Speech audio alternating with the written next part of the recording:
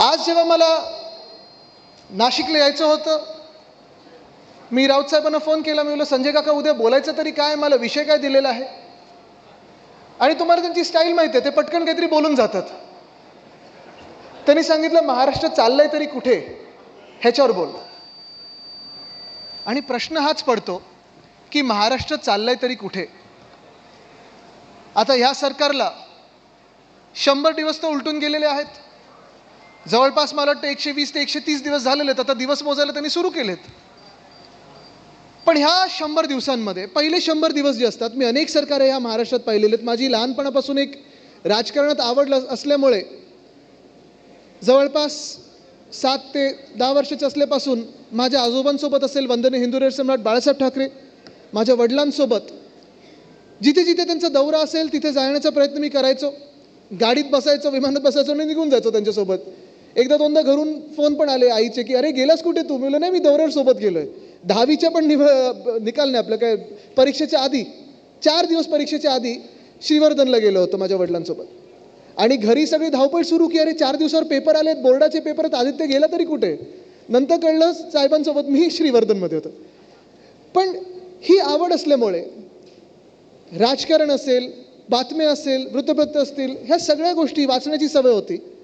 आणि कधीही मी पाहायचो कोणी मुख्यमंत्री झाल्यानंतर पहिले 100 दिवस, पहिले 3 महिने जवळपास ह्याला हनीमून पिरियड बोललं जातं. Honeymoon period. ह्या हनीमून पिरियडमध्ये काय काय होतं तर मुख्यमंत्री जे काही करतात, मग ते बरोबर असेल किंवा चुकीचं असेल, त्याचं कौतुक साधारणपणे महाराष्ट्रभरातून किंवा कुठच्याही राज्यात त्यांच्या मुख्यमंत्र्यांचं होत असतं. आता हे हनीमून पिरियड आपल्या सरकारचं, म्हणजे ह्याच महाझुटी सरकारचं, भाजपा प्रणित सरकारचं कसं होतं तुम्ही मला सांगा. महाराष्ट्र चाललाय कुठे ह्याची जर झलक द्यायची असेल तर तुम्ही मला सांगा पहिल्या 100 दिवसात काय काय घडलं. एक तरी योजना चांगली आली आहे का कोणासाठी. इथे महिला मोठ्या संख्येत बसलेल्या आहेत. तुम्ही मला सांगा महिलांसाठी एक तरी ठळक योजना ह्या महाराष्ट्र सरकारने आणली का. नवीन महाराष्ट्र सरकारने आणली नाही आणली. तुम्ही गावागावात जाता, तुम्ही वेगळ्या जिल्ह्याच्या तालुक्यांमध्ये जाता, तिथे गावात जाऊन बांधावर शेतकऱ्यांशी बोलता. प्रचाराच्या वेळी बोलला असाल, आत्ताही बोलला असेल. इथे शेतकरी किती आलेत आहात ना तुम्ही शेतकरी. मला तुम्ही सांगा, हे जे सरकार बसलेलं आहे, आपल्या डोक्यावर बसलेलं आहे, निवडणूक आयोगाच्या आशीर्वादामुळे बसलेलं आहे, ह्या सरकारने गेल्या 100 दिवसांमध्ये, गेल्या 110 दिवसांमध्ये जे काही 3 महिने उलटून गेले असतील, 4 महिने उलटून गेले असतील, ह्या सरकारने शेतकऱ्यांसाठी एक तरी चांगली योजना आणली काही योजना. आज तरुण वर्ग इथे आहे, युवसेना आहे, युवती सेना आहे. ठीक आहे, राजकारण म्हणून तुम्ही शिवसेना उद्धव बाळासाहेब ठाकरे पक्षाशी निगडीत आहे, वेगळी गोष्ट आहे.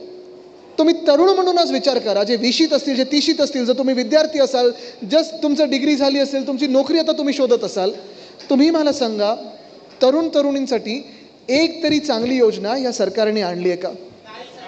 आणली आहे काय. ह्या उलट काय झालंय, आज तुम्ही बघा लाडकी बहीण योजना. काय झालं लाडकी बहीण योजनेचं.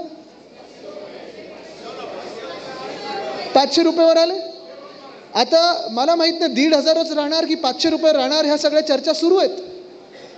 आपण तर 3,000 रुपये देणार होतो, 3,000 रुपये देणार होतो. पण भाजप असेल, एशनशी असेल, दादांचा गट असेल, ह्या सगळ्यांनी काय सांगितलं तर गावागावात जाऊन सांगितलं होतं की तुम्हाला आम्ही 2100 रुपये देऊ, अजून महिला वाढतील, अमुक होईल तमुक होईल.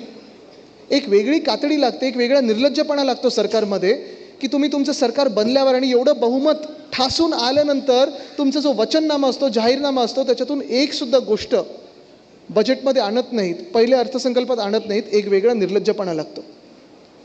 तसं आज मी पाहिली बातमी, 8 लाख महिला कमी केलेत. 8 लाख म्हणजे तुम्ही विचार करा, एका वेळी जे सांगत होते 2.5 कोटी महिलांना ह्याचा लाभ मिळणार, अमुक मिळणार तमुक मिळणार, 2.5 कोटीवरनं आता जवळपास 50 लाख महिला कमी करणार आहे. तुम्ही लिहून घ्या, ह्यांचंच कोणतरी कोर्टात जाईल आणि हेच लोक कोर्टात जाऊन कोर्टातून ही योजना बंद करतील, लाडकी बहीण योजना बंद करून टाकतील. पण ह्यांना काही लाज राहिलेली नाही आहे, कुठेही लज्जा नाही, काही नाही, कुठेही देणं घेणं नाही. त्रास ह्याच गोष्टीचा होतो की जे सरकार आपल्या डोक्यावर बसलेलं आहे ते नेमकं कोणाचं आहे, कशासाठी आणि का म्हणून बसवलेलं आहे. उत्तर सोपं आहे. उत्तर एवढंच आहे की हे सरकार जे बसवलेलं आहे हे निवडणूक आयोगाचं सरकार आहे. भाजपच्या आशीर्वादामुळे, निवडणूक आयोगाच्या आशीर्वादामुळे बसलेलं आहे. दुसरं कोणी यांना आशीर्वाद देऊ शकलेलं नाही आहे. पण विचार हा पडतो की आज 100 दिवसामध्ये जर बातम्या तुम्ही पाहिल्यात, आणि अनेक लोक तुम्ही बातम्या तर पाहत असाल, इथे प्रेसचे तर लोक आलेलेच आहेत. पहिल्या 100 दिवसामध्ये काय काय झालं तर महिलांवर अत्याचार वाढायला लागलेले आहेत. पुण्यामध्ये एक रेप झाला. कुठे झाला? ST बसमध्ये झाला.